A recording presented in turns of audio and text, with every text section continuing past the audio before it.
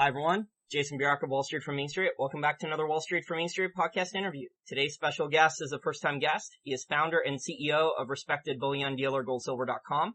He is author of The Guide to Investing in Gold and Silver. He is creator of the wildly popular Hidden Secrets of Money series on YouTube. He has over 30 million views on his YouTube channel and over 195,000 subscribers worldwide. And episode 7 of the Hidden Secrets of Money just came out. Michael Maloney, thank you for joining me. Thank you for having me, Jason. Now, Michael, before we get into our listener questions, and literally dozens of them were submitted that they want to ask you really interesting things about markets, I want to ask you some of my own questions. My first question pertains to your episode 7 video. You talk a lot in there about the velocity of money. In your opinion, what crazy schemes will central bankers come up with to boost velocity of money?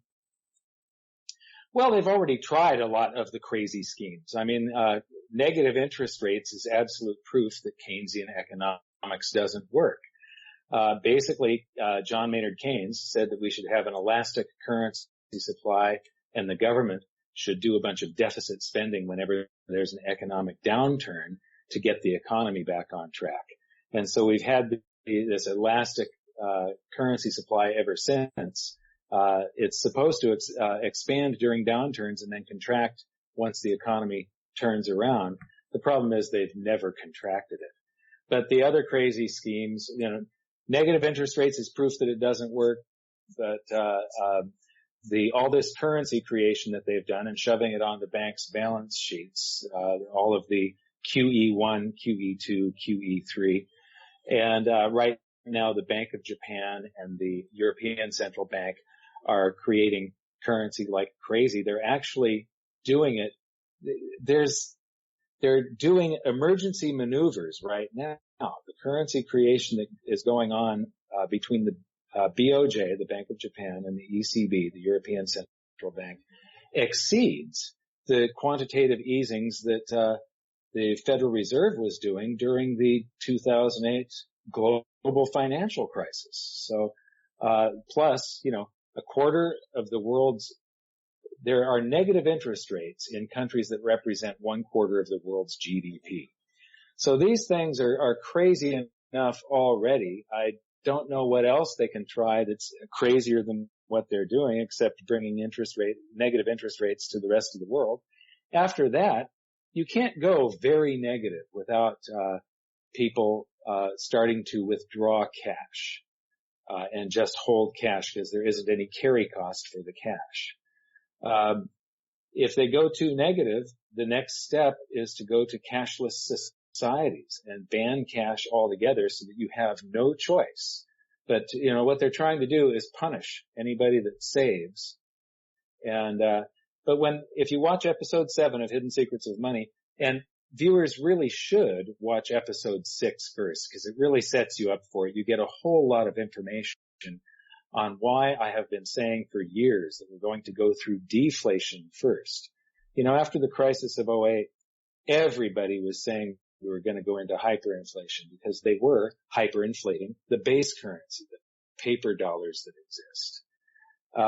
And I was saying, no, it has to be deflation first. We can't go directly into a hyperinflation. And this has to do with the psychology of I like to say that the economy is psychological. It runs in waves and cycles, and it's very logical. So it's psychological and it's psychological. The psychology behind the cycles that it runs through with the ups and downs are very logical because of the psychology that is behind it. We're about to go into a recession here if we're not already in one. We're in the third longest economic expansion in U.S. history right now.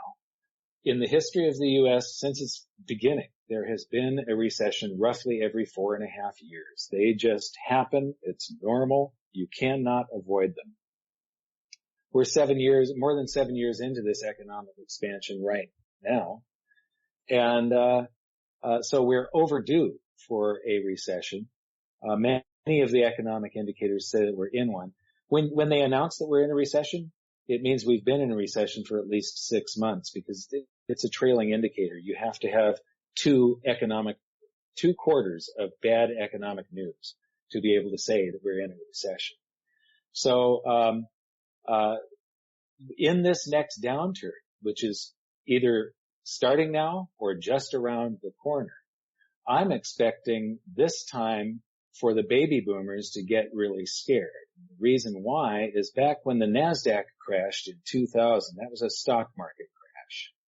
And they had plenty of time to recover. They had 20 years left before they had to retire. Then we had Alan Greenspan took rates down to 1%, held them there way too long, trying to reflate the stock markets and accidentally created a real estate bubble. There's always unintended consequences for manipulating the free market. And when that bubble popped, so people lost a whole bunch of their portfolios, their IRAs, during the crash of the stock markets in 2000. And then it recovered and got back up to where it was back in 2000, just to have the real estate bubble and the stock market bubble, because the stock market had been pushed back into a bubble with those low interest rates. And so when that popped, they lost even more the second time around. The dip in the stock market was a much greater percentage than the crash in 2000. And now it's been pushed back up into a bubble. The stock markets, real estate, and we've got a 35-year-old bond bubble. And all of them are going to pop this time. People, baby boomers, IRAs, and 401ks will be devastated. And this time, they don't have the time to recover. They want to retire in just a few years. I mean, I'm 60. I'm a sort of a middle baby boomer. And so they're going to get scared to where they're not going to want to take on new debt. And the way our currency system is designed, our entire world monetary system, every country on the planet, it's all debt-based, and every unit of currency, like every dollar in the United States, is borrowed into existence. The central bank, the Federal Reserve, creates currency when it buys something. It can buy anything. And when it writes a check, it does so on an account that has a zero balance. There isn't a penny in there. And when they write that check and buy something, it creates the currency, and it's in circulation. Once they buy a treasury bond for a bank, now the bank now the bank has the treasury bond, the bank has the cash, the Fed has the treasury bond. But when that treasury bond was issued, we promised to pay. The U.S. government creates a treasury bond. It's an IOU. It says, loan me $1 trillion today, and over a 30-year period, I promise to pay you back that $1 trillion plus another $1 trillion worth of interest. But we didn't borrow the currency to pay the interest yet. It does not exist. And then, so once that base currency is created and people get paid, it gets deposited in banks, and then we do fractional reserve lending through the banks, and currency is created. They create credit-based currency, the digits that are in your bank account. It doesn't exist as paper dollars. For every paper dollar that's deposited at the bank, 10 credit-based currency, units of currency can be created, or more. The leverage is actually a lot higher than 10. 10 is usually the example that everybody gives, because one of the reserve ratios for some of the monetary aggregates is 10%. So the vast majority of the currency supply is created by the banks, not the government. And that is the part that the government can't control. Yes, Janet Yellen can create base currency and shove it onto the bank's balance sheets, but the banks have to get somebody to borrow it. And when the baby boomers get scared, they're going to save up and pay down debt which is deflationary. When you pay down debt, the dollars that you borrowed into existence vanish. And so as a society, the entire globe has to go deeper and deeper and deeper into debt every year for this Ponzi scheme of a monetary system to keep on working. Otherwise, it goes into a deflationary implosion under the weight of the interest that is due on every unit of currency that exists. And so that's what episode 7 is about, is the psychology of the baby boom generation is 75 million people. It's about a quarter of the entire population of the United States. So it's huge. It's the vast majority of the population sectors. There's no sector that is as large as the baby boom generation. And most of them have not saved up that much. The average retirement account is about $10,000, and that's what, a month's worth of living? And so they're relying on Social Security, which is broke. The whole thing is sort of a disaster just waiting to happen. It's going to be playing out over the next couple of decades. But to see what's going to happen with the currency, you have to really investigate the demographics and the psychology of what goes on. So I suggest that people watch episode 6 first, and then watch episode 7, which has been getting just absolute rave reviews. So that's the answer to that question. Now, Michael, one thing about deflation is, that's a free market force, and the government nowadays doesn't really like the free market that much. So it looks like a lot of these central bankers were already up to 180 billion per month in quantitative easing, like you said earlier in the interview with the European Central Bank, Bank of Japan. What's going to stop the Federal Reserve then from getting its laws changed from Congress and, $1 trillion stock buyback programs if those baby boomers do go to sell to knock down stock prices? What's going to stop then the central bankers from creating trillions more currency to offset that with inflation of asset prices and start buying up even more assets like stocks? We've already seen that with other central banks like Japan and the Swiss National Bank as well. There's nothing to stop them. When I was writing my book, Guide to Investing in Gold and Silver, I did a whole lot of investigation on this. I read Ben Bernanke's essays on the Great Depression, and I read a whole bunch of his white papers and speeches. And one of the things that he said is that the Fed could expand the menu of the items that it buys, the menu. Think about the morality of this. The Federal Reserve is not actually part of the government. It's a government authorized entity, but it has private stockholders, the largest banks in the world. You can't find out who actually owns the Fed. That's a very closely guarded secret. But it has stockholders and it pays a dividend, and you can look that up and see it on the Fed's website. And so here's a private company that is allowed to basically counterfeit currency and buy anything. How about the morality of somebody counterfeiting currency and buying up the corporations in the United States, the publicly listed companies? That is a horrible, horrible thing. Having an entity being able to just gobble up huge sections. I mean, if you look at the Fed's balance sheet right now, they've got a bunch of Fannie Mae's and Freddie Macs. And so the mortgage-backed securities, they own mortgages. The Fed owns more than $1 trillion worth of real estate. It's the largest real estate holder in the world. And there isn't anything to stop them. However, the free market always tries to balance everything. The market always wins. And the more you try to manipulate it, the more you get punished by the economy going bad.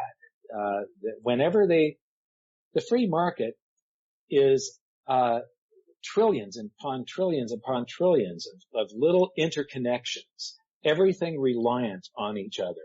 And you manipulate one thing, and there's dozens of unintended consequences that you cannot see. The free market is every transaction that happens in a society. And you manipulate a few of them, and there's unintended, just like Alan Greenspan creating a real estate bubble accidentally when he was trying to reflate the stock markets. Yeah, so it'll be interesting to see what happens. I think, a lot of these conventional Wall Street money managers who manage billions of dollars and, they don't see the morality of should central banks even be buying any of these assets in the first place. They're starting to get wary of things when they see that the Federal Reserve has been saying that there's been a recovery now for 5 years. Why haven't they raised interest rates? And we were promised, 4 interest rate increases in 2016, and we haven't gotten any. So something smells really, really bad. it's starting to wake up. Regular money managers are starting to question the credibility of the Fed, whereas, people like you and me don't give the Fed any credibility. Regular Wall Street money managers are starting to wake up, and they're starting to at least put some money into gold now at this point. Yeah. For several years now, I've been every once in a while updating and showing people a chart that I make on the Federal Reserve's website where I take the Wilshire 5000 total market cap index. So this is basically the value of the public companies in the United States. It's the value of the stock market. And I overlay that on the creation of base currency. And there was zero correlation until 2008. And now the correlation is astounding. It is almost exact. And what that means is that this recovery was bought and paid for by $3.2 trillion worth of currency creation. The stock markets, this has been a top-down recovery where the Fed has created a manipulation that pushed the stock markets into a bubble to try and lull people into a sense that the stock markets are doing good, so the economy must be doing good. But if you take a look at all of the other economic indicators, this is the weakest recovery on record. There is no recovery after a recession that has been this slow in economic output, and this low inflation, which is actually, in the face of zero interest rates and massive currency creation, retail prices just won't rise, and the Fed doesn't want to give up until they get some inflation because they're scared to death of deflation. Our monetary system cannot operate under deflation. It implodes, like I said. And here we are with all these emergency maneuvers, and all they basically got was close to, they've got 1 or 1.5% deflation. I think right now it's even less than that. But they're targeting 2.5. They used to target 3 all the time. And I often wonder, why is 3%? Why is 2%, 2.5% a good number? Why is 2% a good number? The best number for inflation is 0. It's not robbing people. So I also tracked, if I overlay government revenues, the income to the government from tax revenues, it's almost exactly since 2008. It rises and falls with the base money, base currency. So the 3.2 trillion that Ben Bernanke and Janet Yellen created is what bought and paid for the weakest economic recovery on record. They did a crappy job. Everything they do absolutely proves that Keynesian economics does not work, but they have theories, and because they've got a theory, they think it must be right. And so if it doesn't work, they blame it on something else. Well, we didn't do enough of it. Well, the government did this thing over here that sort of neutralized our efforts. Well, it's the public's fault because they just aren't going and borrowing and spending. They're never going to admit that their entire education as economists was wrong, that their theories don't work, and give up, because it would be making room for the people that are right but currently being called wrong. And that's the Austrian school of economics. Yeah, I completely agree with that. Now, you've said in the past in presentations, I think you even went to Russia and talked about this. Do you still think oil will get down to $10 a barrel? Well, we hit the high 20s. That was good enough. I was saying that range, that it was going, it was going to go below 30. It could go to a maximum of, a minimum of $10 per barrel. And you know what? If we have a severe enough deflation, it will. It all depends on how deflationary this coming bust is, because, in the year 2000, we had a stock market crash.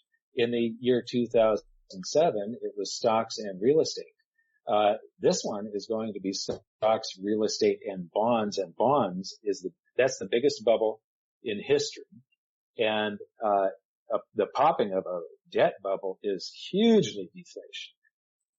And, so it would slow down the world economy, and cause, less demand for oil. and that would cause the price to fall, which causes the oil-producing countries to try and pump more to make up for revenue. I mean, you look at Saudi Arabia is issuing debt for the first time. They're running deficits because every country on the planet always raises their expenditures to meet or exceed their current income, never planning on a downturn. There has never been a country that as soon as they get any I don't know if you remember the elections back in the year 2000, or I'm sorry, 2008, I think it was. It was George Bush running. No, it was 2000. George Bush running against Al Gore, and there were these supposed budget surpluses that we had been running, and they were budget surpluses. They were not surpluses. There is a difference between a fiscal surplus and a budget surplus. Very, very few people understand this. They announce the budget surplus or deficit on the news. If you plan on spending $2 trillion more than your income, you plan on borrowing $2 trillion and spending it, that's your budget. If you spend $2.5 trillion, you have a budget deficit of $500 billion. If you only spend $1 trillion, you just have, you're borrowing $2 trillion, but if you only spend $1 trillion of it, now you have a $1 trillion budget surplus, even though you have another $1 trillion fiscal deficit, because you still went into the hole. There was no year under the Clinton administration where the national debt went down. It went up every year. And that means if your income is less than your expenditures, you're having a fiscal deficit. If your income is more than your expenditures, if you actually had a surplus, your debt would go down. That never happened during the Clinton years. So anybody that thinks that we had these surpluses is actually, their understanding of it is incorrect. And, but back then, both politicians, George Bush and Al Gore, were trying to promise us more free stuff than their opponent. They were going to tell us how they were going to spend this surplus that they had projected infinitely out into the future. and so every country on the planet always ramps up spending to at least meet their income, if not usually exceed it. They almost always run deficits. And so now even countries like Saudi Arabia, where their income was all from their oil exports and not from taxation and deficit spending, they are now introducing taxes and running deficits and borrowing currency. Russia is in the same boat. Most of their oil income was the government income is from selling oil, not from taxation. And so when the price of oil goes down, they have a problem, which they have had ever since I made that speech in Sochi, Russia, and a year later, the problem that I was talking about started to become true. I think if we did get down to $10, there would be tons of governments going bankrupt. There would be a lot of private sector oil company bankruptcies. You know, if it did get down there it would be a very short period of time, could potentially cause, wars with one country, going after another country for oil revenue to replace tax revenue. So, in a world where there would be $10 oil at this point, it would not be a peaceful one, in my opinion. I think you're absolutely correct. Now, I want to transition to our listener questions. We had dozens of them submitted, so thanks to our listeners for taking the time to submit your questions. Our first one comes from Eric. He asked, should we be optimistic that gold and silver price manipulation will end soon? No, but unlike most people, I love the manipulation. I don't know exactly when it's going to end, but it's going to end with a catastrophic loss of control. And for a gold investor, that's a really good thing. The more it is manipulated, the more pressure builds up, and it means that you can buy at artificially low prices. And the free market will correct this. You just don't know how many years it may go on before the catastrophic failure of their manipulations. Yeah. But it's a good thing because it's going to go a lot higher than it would have if it had never been manipulated and everything was being the equilibrium between supply and demand was being set by the free market through price. It's called the price discovery mechanism. Then there would be no great setup for investors. The greatest opportunity in history would not exist. That's a good point. And I think a mistake a lot of people investing in gold and silver or who want to save in precious metals make is they tend to, read the fundamentals or articles of the gold and silver market, and they don't spread out buying their position. They don't do any dollar cost averaging. When the price is going up, they tend to buy more. They chase it like a Western investor. They tend to not be as disciplined and have cash on the sidelines waiting to accumulate slowly on dips and take a longer term view. Yeah, I'm a precious metals dealer, and I see exactly that. There's a few smart people out there, but the majority will chase the price instead of buying while the price is falling. Like silver just took some huge dips last week, and I took some positions. I'm a dealer, but I also have my own private investments. It's two very separate things. And I wholeheartedly agree with your analysis. We got a bunch of listener questions asking you if you own any gold and silver mining shares. So do you think those are a good long-term investment, good diversification tool in addition to owning physical precious metals? Yes, if you buy them down at one of the lows, and you have to look at the HUI or XAU indexes divided by the price of gold. When you do that, you can see the ratio of gold to gold stocks, and that has to be near a low to get the performance out of it. Currently, I own no mining shares. I sold those, I can't remember, maybe 2010 or something like that. I used to own 53 different mining stocks at one point. That was the maximum that I owned. One thing I do know is that over the long run, the mining shares physical gold and silver far outperform the mining shares. If you take the Barron's Gold Mining Index, which goes back in, way back, and you take the point where gold became free trading in August 15th, 1971, and you compare the performance of the two, gold has outperformed the mining stocks by 400%. And the mining stocks offer huge leverage. So when they're going up, they tend to go up much faster than gold. But when they go down, they fall at a rate that's even a percentage rate that's even a little bit faster than when they were going up compared to gold. And that's what over the years adds up to this 400% difference where gold has outperformed the shares by 400%. So, one of the things when we were talking about manipulation, I often say that gold and silver are the only investments I can think of that come with a central bank guarantee. The central banks guarantee you that the whole design of the monetary system guarantees that they will never stop creating currency. They will keep on magnifying and increasing the currency supply forever. And eventually the other safe haven assets have to rise to compensate for the expansion. Right now, everybody trusts the currency and people go toward bonds and dollars and so on. But the landscape shifts, sands shift, things change.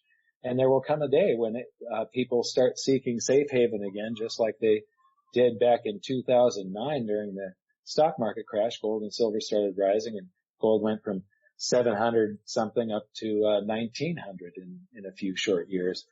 And that day is coming again, but it's going to be a lot bigger this time. Yeah. So. I also think, Mike, that a lot of the gold and silver mining companies, there may be a couple year period for 2 or 3 years where the businesses are well run, where they can keep costs down, their margins expand, maybe the paper gold and silver price goes up, the oil price isn't going up. But then normally, historically, one of the reasons why they underperform is because, the management teams, this is not an efficient business, gold mining and silver mining or not. There's very cost intensive. There's a lot of things that can go wrong at the mine and totally destroy the company.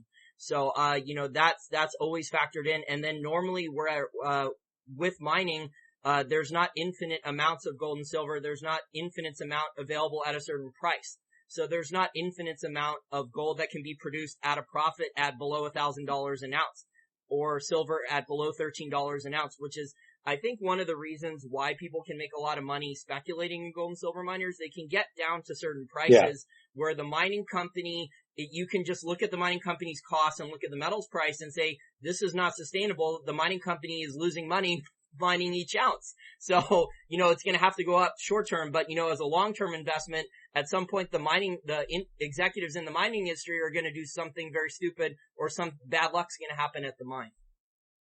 Yeah, I started buying silver and a bunch of mining stocks in April of 2003. So silver was down at about $4.30 at the time. So and I've watched the cash costs of these mines go up and up and up. But you know what the true cash cost is? Is the company making a profit? They'll silver might be $13 and they'll say they've got a cash cost of $7 or something like that, but the company is still losing money. So the real cost of getting that gold and silver out of the ground is wherever the break-even point for that company comes in at, not what the analysis. There's commodities analysts and so on that analyze cash costs and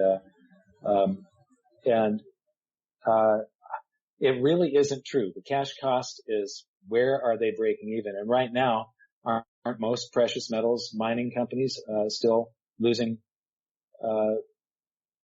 Still running negative? Yeah. Or are they showing profits? Some of them are. So that means that the cost of the mining the metals is below the current price, which means yes, the mining companies are probably a bargain.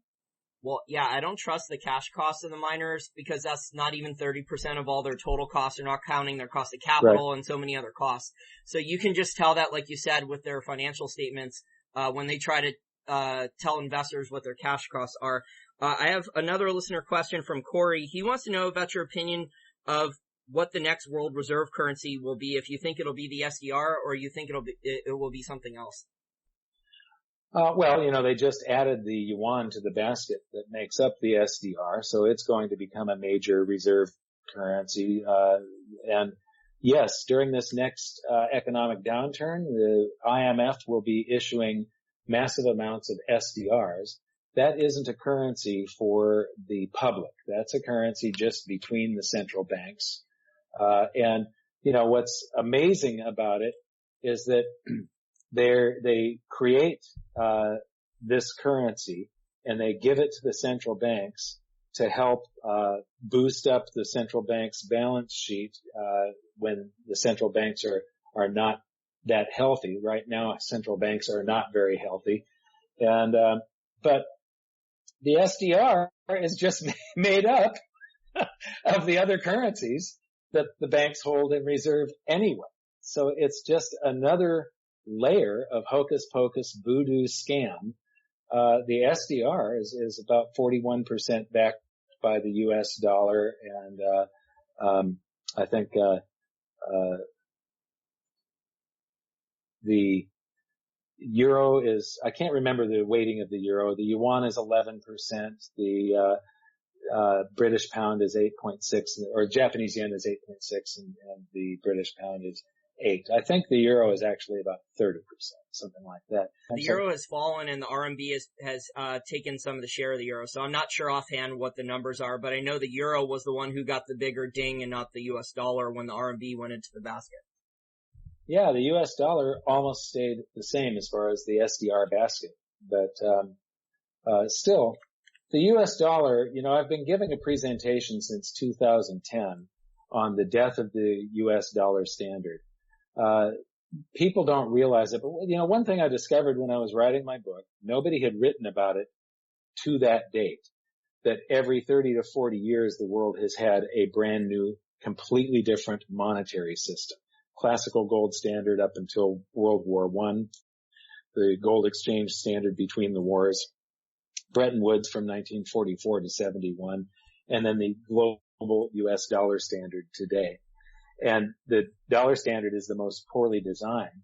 It's falling apart. And what I've been showing is the nails in the coffin of the U.S. dollar standard, and they are coming at a blindingly fast rate now. And it was like this with the exception of the demise of the classical gold standard, which was caused, by choice. Countries, when they stopped the classical gold standard at the outbreak of World War I, all the combatants in Europe stopped redemption of gold and started printing their currencies, to the moon. And, but other than that, the other shifts in the world monetary system, cracks would develop over a period of years, and then it would start to implode, and then you'd have an emergency meeting of global finance ministers and economists, like the Bretton Woods meeting and I think it was the Washington Accord or the Smithsonian Agreement. I can't remember which at this point, but in 1971. And that will happen again probably pretty soon, because the cracks that most people, you hear all of these pieces of news separately. You don't have them all put together. The U.S. dollar standard worked really well until Saddam Hussein started trying to sell oil in euros. And since then, we have had one crack after another, and they used to come a year apart or 2 years apart or months apart, but now there's something every week.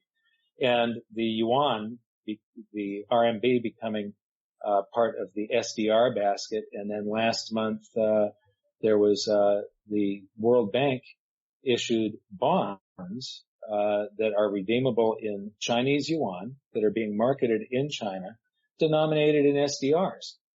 And so you can buy an SDR bond as an investor, and that's going to spread to other countries. And these are huge nails in the coffin for the global dollar standard. And the SDR, I think, is going to be, my friend Eric Dubin calls it a liquidity pump. So that would just add more inflation on top of inflation to either inflate asset prices or patch holes in the global financial system. Do you think the Chinese want a gold standard, or do you think they're content with transitioning to the next system with the SDR and then continuing to invest, their trade reserves into undervalued physical gold? I don't know if they want a gold standard. I doubt that they want a gold standard, but they sure are getting ready for it. If you look at their accumulation of gold, they are definitely getting ready for a gold-backed currency. And I have one more question about the global economy and the world reserve currency. It's a long question. It's from MB, our listener, NB, longtime listener. Historically, when a currency hyperinflates, there has been a viable alternative for capital to run to. If the US dollar hyperinflates, what asset has the market depth to accommodate 200 trillion approximately of capital inflow? Gold at hundreds of thousands of dollars per ounce. that would be if the dollar fails, then this was part of the premise of my book. If the dollar fails, then all the other fiat currencies will become suspect. If you watch, I think it's the second or third episode of Hidden Secrets of Money, Jim Rickards is my guest, and he starts talking about how if the dollar fails, the rest of them could start falling like dominoes, and that he says that there's, several different potential outcomes, one of them being complete chaos. And he says they could do this or this or this, but he thinks it's going to be chaos. And so do I. In my book, I did some exercises in a chapter I had a chapter called 1 + 1 = 1 trillion. There were many, many chapters that were cut from my book. I way overwrote my book.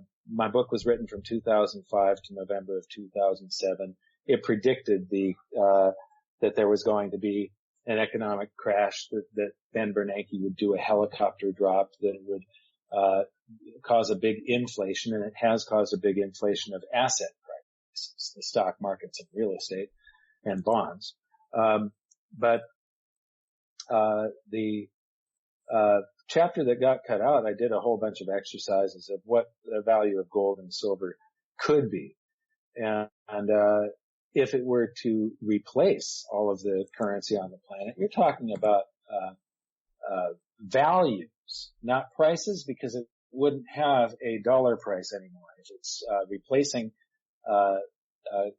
currency and currency goes to zero, there is no dollar price for gold other than the value in weight of the paper, the weight of the paper contained in $100 bills as compared. So, but you're talking about purchasing power that would be exceeding $100,000 per ounce in today's dollars.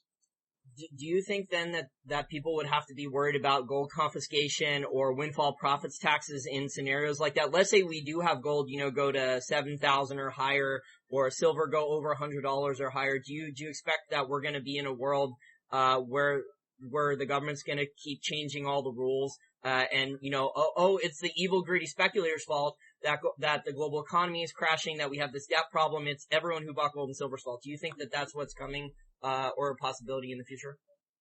I think it's a very good possibility. I think that it might be a greater than 50% probability. The government makes the rules, changes the rules, and enforces the rules. And there's no escaping that. I like physical precious metals myself. That's what I buy. However, I'm down here in Puerto Rico, and I moved here because of Act 20 and 22, which is some very, very good tax treatment. And under Act 22, there's zero capital gain tax. But when they did the translation, from what I hear, is one of them says asset and the other one says security. I think the English version says security. So I may actually have to invest in an ETF or something, and I will be getting some mining stocks when I think the time is right. But yes, I think there will be some sort of, but the potential gains are still, even if they raise this windfall profits tax to where you're paying 60% tax or 80% tax, the gains will still far outweigh whatever you could get anywhere else. All we do is the best that we can do when it comes to trying to make plans and protect ourselves from government stupidity. Everybody does the best that they can do. And if you own physical gold and silver, you're basically ahead of 99% of the rest of the world's population. You don't know what's going to happen. When we have things as bad as a hyperinflation, things that push governments to the point of nationalizing or, there's never been a gold confiscation in the United States, by the way. That's a term that is usually used by unscrupulous dealers that are trying to sell you overpriced collector coins claiming they're non-confiscatable, when the coins they're actually selling you are pre-1933 U.S. gold coins, which were the coins that they were trying to nationalize in the 1933 executive order from Roosevelt. They were trying to call in those very coins that that numismatic dealers will try and sell you as non-confiscatable. There's nothing that is non-confiscatable. If the government wants your dishwasher, they'll take it. Or your life, if they want it. They will take it. And so this does happen, but if you look at what they did in 1933, they requested that you go into any member bank of the Federal Reserve System, turn over your gold, and they bought it from you for $20.67 an ounce. They didn't bash your door down, hit you over the head, and take your gold. That's confiscation. What they did was nationalization. And that's one of the reasons that I came out with a line of what I call bullion jewelry. I found a jewelry manufacturer that's able to make us jewelry at prices that are much, much closer to spot price instead of 2 to 10 times higher than whatever the metal content is, which is what most jewelry is sold at. And when I look at nationalizations and when they confiscate, they confiscate. But during the rise of Hitler, they did confiscate gold from the Jews. They singled out one particular sector of the population to persecute, and that was a confiscation. But somebody told me that there was a nationalization of gold in India, and they did confiscate jewelry. I haven't seen any evidence of that. I'm looking for it. But other than that, I can't find any example in the history of the earth of a nation confiscating the gold and silver jewelry of its own citizens. Jewelry is usually something that is where that's sort of crossing a line for the government to confiscate or nationalize that. So, I don't know what to do and how to prepare exactly for all of that, but I've done whatever I can. I've got a balance of bullion jewelry and gold and silver bullion. Yeah, that's an excellent point. I mean, the rules are going to keep changing, so people have to just stay on their toes and pay attention to see if the rules are changing. Like with all the forms that bullion dealers have to fill out now in the United States. But unfortunately, we're in uncharted waters right now. The United States government, whether it's Edward Snowden's revelations or others, is becoming more and more totalitarian. And, you've brought this up in your excellent video series. When people ask me about gold and silver, about the Federal Reserve, I point them to the Hidden Secrets of Money video series to start with. But the world reserve currency has never had a hyperinflation before.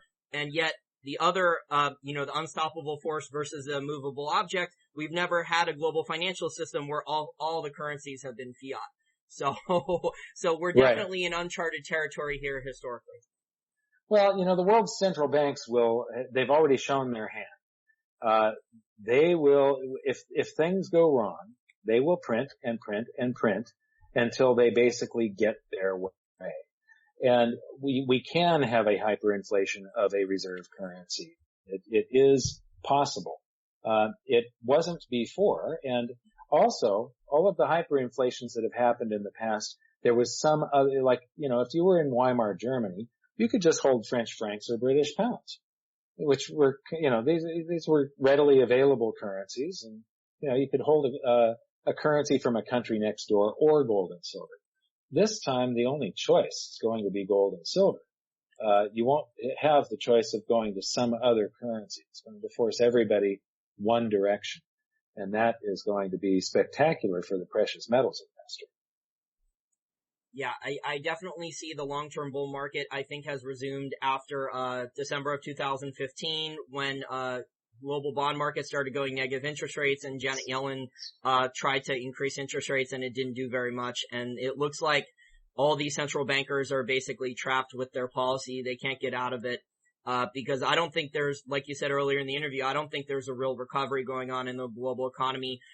You brought up that inflation is low. I would say that inflation and taxes, I live outside of Washington, D.C. Maybe it's just this area, but, my healthcare bill, rent, food, all these prices are going up. So the guy on Main Street is being killed with inflation and taxes, while, the central bankers are going on TV talking about there's nothing but deflation. So I don't know if they don't pay their bills, but I've spoken with some people who have had dinner with some Federal Reserve members off the record, and they admit that their models are broken and that there's a lot more inflation than their models say.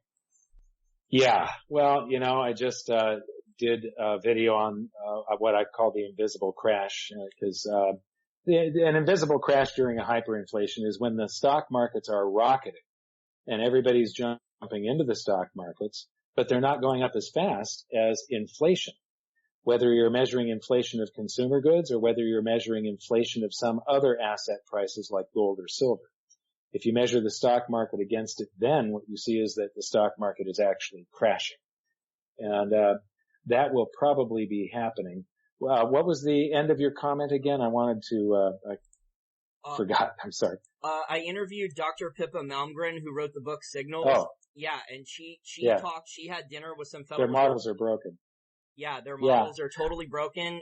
They're not, obviously it's not Janet Yellen and the higher ups at the Federal Reserve, but these are, PhD economists who are involved in making the models at the Federal Reserve. They have an army of them, and they admitted that, they live right outside of Washington DC, and the inflation is crazy and their bills are going up like crazy. Well, after the Affordable Health Care Act was passed, my health insurance went from $750 a month to $1,350, so it almost doubled. I don't think that they measure that. I know that they do not measure food and energy in core inflation, which is what the Fed targets and what is reported on the news. And so if you're not measuring the only two things that you need to survive, that is a broken model. You've got to eat and you've got to have energy. Otherwise, you die. Yep. It should just measure a fixed basket of goods for the most part, like what John Williams of Shadow Stats does. Or have you seen Ed Vitowski's Chapwood Inflation Index, where he measures 500 consumer items in all the major U.S. cities? No, I haven't, but could you send me the link after the show? For sure. That would be great. For sure, I will. But I want to thank you again for your time today, Michael. I enjoyed the interview. And if our listeners want to get your book or check out the Hidden Secrets of Money video series or buy some bullion from you, how do they do so? Well, Hidden Secrets of Money, just Google that or Google Mike Maloney. Or, do a search on YouTube. It'll come up right at the top. As far as the book goes, that's available on Amazon. It's Guide to Investing in Gold and Silver. There is an updated version that I came out with in 2015. And then as far as buying precious metals, that's available at goldsilver.com. Excellent. Well, thanks for your time, and I'll be excited to check out any future episodes you have of the video series when they come out. Yes, I highly, the video series is free, and we're not advertising anything. It's just I love the education, and I fund it through being a precious metals dealer. These episodes are not cheap to produce, and we've been producing this now since 2010. And we just give it away for free, and it gives people, I have two full-time animators, and one of the things that we try to do is to simplify what are their economic processes, that when you talk to a professor of economics, it's always described in some complex fashion where it goes over the average person's head, and they don't really get it. They check out. And so it's my job to take that and explain the process in a simple way, because economics is actually fairly simple. And the average person can understand it. And when they understand it, it becomes exciting. They start getting how the economy works. So I really hope that your listeners check out Hidden Secrets of Money, and definitely check out episodes 5 and 6. Episode 4 is how the world monetary system works, how currency is created. It's our most popular and has over 5 million views right now. Excellent. Well, congratulations on the great work. Yeah, I know it's not free because the quality of the animation is just superb. It's very impressive. When I show it to people who don't know anything about gold and silver and the Federal Reserve, I get positive comments about how well each video has been done. Thank you.